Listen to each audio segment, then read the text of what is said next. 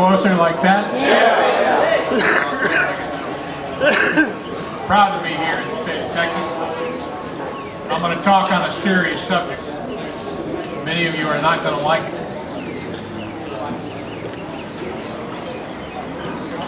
What I want to talk about is a consideration of why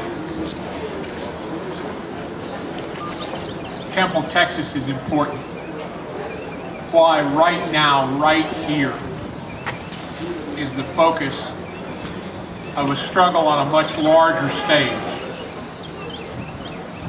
Now, if you go to the dictionary and look up delegitimize, you see the definition is to diminish or destroy the legitimacy, the prestige, or authority of a system, as in delegitimize a government. The Chinese have a traditional philosophical concept called the mandate of heaven, which deals with the legitimacy of rulers. It's similar to the European concept of the divine right of kings, and that both seek to legitimize the rule from divine approval. However, unlike the divine right of kings, the mandate of heaven is predicated on the conduct of the ruler in question. The mandate of heaven postulates that heaven will bless the authority of a just ruler and will be displeased by a despotic ruler and will withdraw its mandate, leading to the overthrow of that ruler. So believe the Chinese even in the 21st century.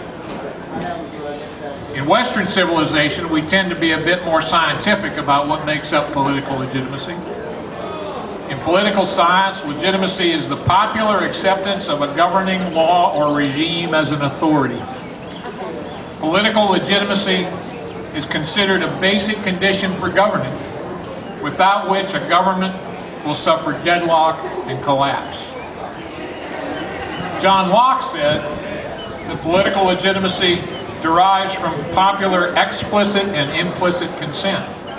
Quote, "The government is not legitimate unless it is carried on with the consent of the governed." Close quote. Now, this is the basis of our founders' republic. It is the essence of the Declaration of Independence.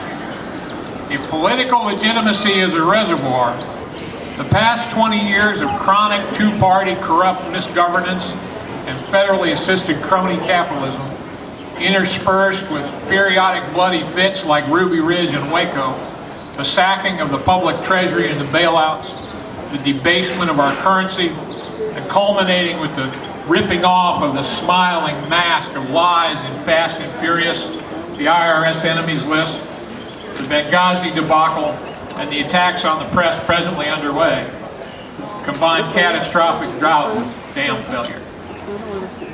Government at all levels in this country now are morally, ethically, economically, and spiritually bankrupt. The once mighty reservoir is now a tiny rivulet of wishful thinking. And what does all this have to do with Temple, Texas? Everything.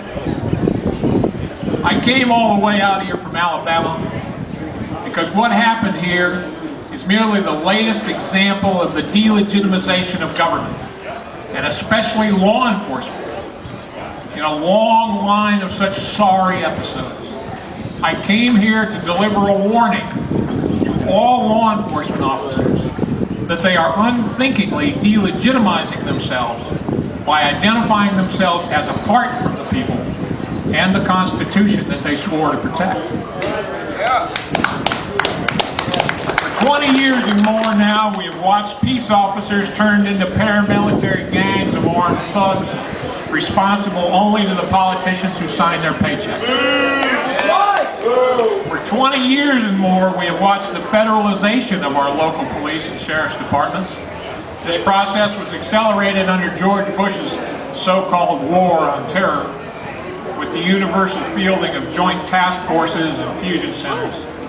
Yet today we see this unconstitutional vertical integration of law enforcement considers you, the armed citizenry, as greater enemies to themselves and the rotten system they seek to protect than the jihadis sent by the late and unlamented Osama bin Laden. country faces many challenges and threats, and the police like to tell us that they are the thin blue line, protecting us from the evil bad guys. But if you read police magazines these days, you will find much about police tactical teams adopting a, quote, warrior ethos. Well, that begs the question. With whom are they at war? The people! Law-abiding citizens exercising their natural, God-given, and inalienable rights, no matter how rudely.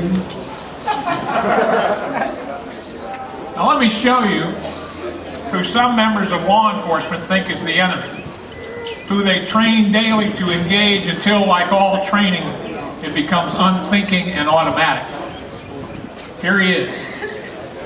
This is a target used by the New Mexico Department of Public Safety. Does it look familiar? It ought to. This fellow looks like all of you out there. And the New Mexico people are not the only ones that use targets like this. This is who the so-called law enforcement now considers to be the enemy. Not muggers, not rapists, not even Osama bin Laden, for that would be politically incorrect. Their enemy, my friends, is you. It is us. It is the armed citizenry of the United States. So I say to those members of law enforcement, all of whom took an oath to preserve, protect, and defend the Constitution of the United States, what makes you think that the orders of corrupt politicians trump that oath? What makes you think that our rights are hostage to the anti-firearm neuroses of our neighbors? What part of shall not be infringed don't you understand?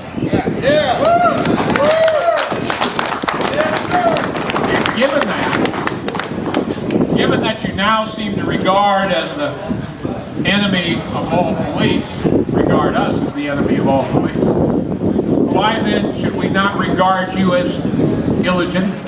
You have delegitimized yourself. Why then should we regard you? If we are your enemy, why should we not consider you our enemy? How then will you react, Mr. Policeman, when you begin to see targets like this with uniformed police officers on them? Can you give us a good reason why we shouldn't return the favor? This is unpleasant stuff.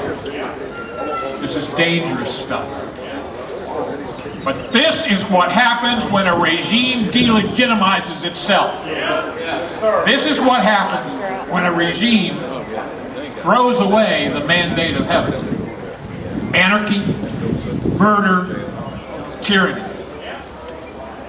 And if the law enforcement officers who have forgotten their oaths think that all they have to do is obey their unconstitutional boss's orders in order to draw their pensions, future history will dictate otherwise. And that is why Temple is so important.